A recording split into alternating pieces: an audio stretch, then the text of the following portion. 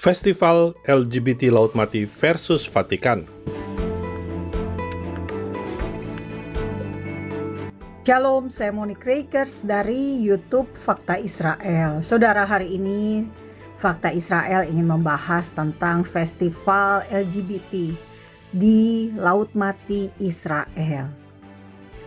Tentu saja ini festival yang kita, umat Kristen dan juga orang Yahudi pasti tidak setuju dengan LGBT, Bapak Ibu semua. Karena apa? Karena LGBT tidak sesuai dengan apa yang Tuhan sudah tetapkan dalam hubungan antara perempuan dan laki-laki. Namun, mengapa Israel menyetujui festival Pride ini? Diadakan di Israel dan berlangsung tahunan. Israel adalah negara demokrasi, Bapak Ibu semua. Karena itu, mereka harus terbuka atau bersifat inklusif, bukan eksklusif, terhadap setiap kelompok dan latar belakang. Karena itulah di Israel, pemerintahnya mengizinkan adanya festival LGBT ini. Meski perlu Fakta Israel tegaskan, secara agama, secara lembaga agama Yahudi, tentu saja kalangan Yahudi Ortodoks, kalangan Yahudi ultra Ortodoks tidak menerima festival LGBT ini. Bahkan pernah terjadi seorang peserta parade festival LGBT yang waktu itu juga berlangsung di Israel itu tewas dibunuh. Karena apa? Karena tidak disetujui, tidak diterima, ditolak oleh orang Yahudi Ortodoks. Nah, Bapak Ibu, dari namanya saja Pride Festival, Pride kesombongan, sesuatu yang ditentang oleh Tuhan juga, Bapak Ibu. Tuhan tidak senang dengan kesombongan, apalagi kesombongannya ini karena dosa. Ini sudah jelas sangat salah. Fakta Israel sebagai seorang yang mendukung Israel, tentu saja kita tidak membenarkan setiap keputusan atau kebijakan dari pemerintah Israel. Karena itu Fakta Israel juga menegaskan, Bapak Ibu, Fakta Israel tidak setuju pada festival LGBT ini. Namun sekali lagi kita membenci atau tidak bisa menerima perbuatan dosanya. Namun orangnya tentu saja mereka layak menerima kasih Kristus. Mereka layak diubahkan oleh Roh Kudus. Mereka layak diperlakukan secara manusiawi juga. Itulah yang dilakukan oleh pemerintah Israel. Diterima dan dilindungi. Namun sekali lagi, Bapak Ibu, secara agama, otoritas keagamaan di Israel tidak mendukung adanya pernikahan LGBT misalnya. Belum boleh dilembagakan pernikahan LGBT ini. Nah, yang perlu juga Bapak Ibu ketahui bahwa harusnya kita tahu Bapak Ibu sebagai orang Kristen di Indonesia atau mungkin Anda yang bukan dari kalangan Kristen, kita harus membedakan antara keputusan pemerintah dengan sikap dari otoritas agama itu sendiri. Nah, saya mengambil contoh dari otoritas agama Katolik. Sikap dari Paus misalnya. Nah, Paus Fransiskus, kita sudah tahu Bapak Ibu, Paus Fransiskus dalam keputusan Fiducia Supplicans pada akhir 2023, Paus Fransiskus ini secara resmi mengizinkan imam Katolik untuk memberikan berkat bagi pasangan LGBT.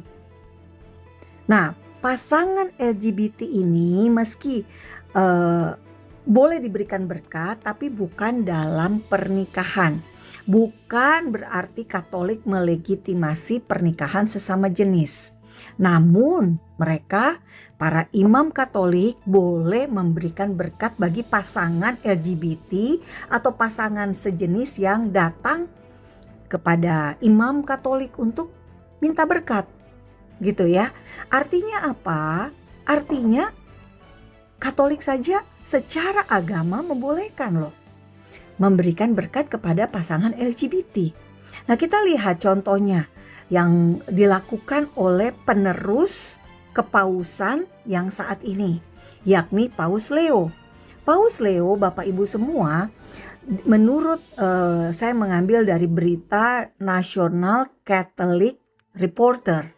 Di sini ditulis para pendukung LGBTQ mengatakan Paus Leo melanjutkan warisan keterbukaan terhadap umat Katolik LGBTQ. Nah, jadi di sini Bapak Ibu, mereka ini dikatakan umat Katolik LGBT, kerabat, teman, dan orang-orang yang melayani mereka ini bisa menghadiri misa jubileum di gereja, di sebuah gereja Katolik di Roma pada 6 September 2025. Nah, jadi Bapak Ibu, gerejanya dipimpin oleh Uskup Francesco Savino.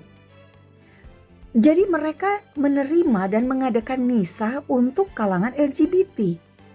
Nah, kita lihat lagi Paus Leo ke-14 pada 20 September 2025, beritanya di Katoliku, ini media Katolik Indonesia, membuka pintu bagi LGBT, tapi ajaran gereja tentang pernikahan dan seksualitas tidak berubah.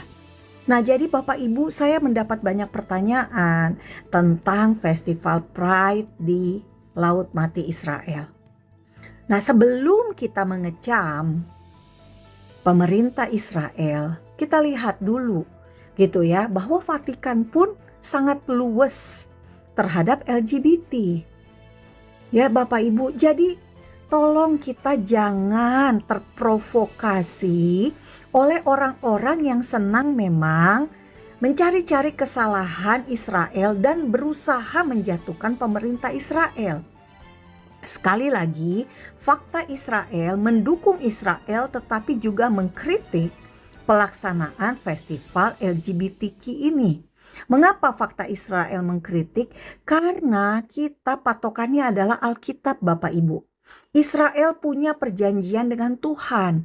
Israel sebagai bangsa dipulihkan oleh Tuhan, dikembalikan ke tanah perjanjian yang memang diberikan Tuhan kepada bangsa Israel, agar bangsa Israel ini menjadi teladan, menjadi monumen kasih setia Tuhan.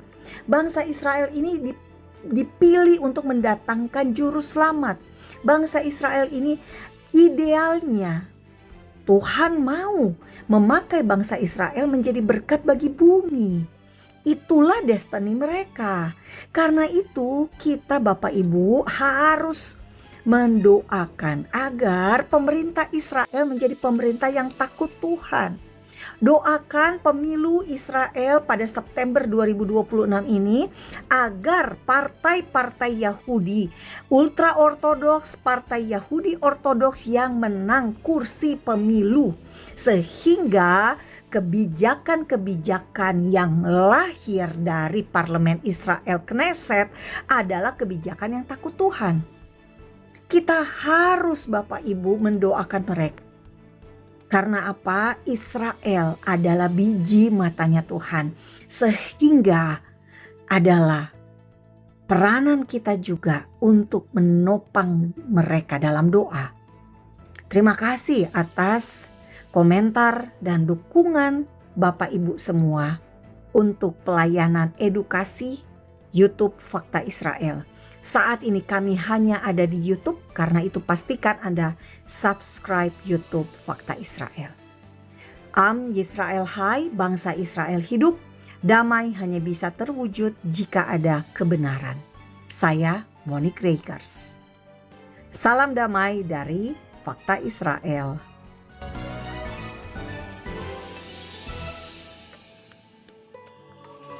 Saudara, mari bergabung bersama Tur Fakta Israel dan Anda juga bisa mendukung pelayanan edukasi dari YouTube Fakta Israel dengan membeli merchandise.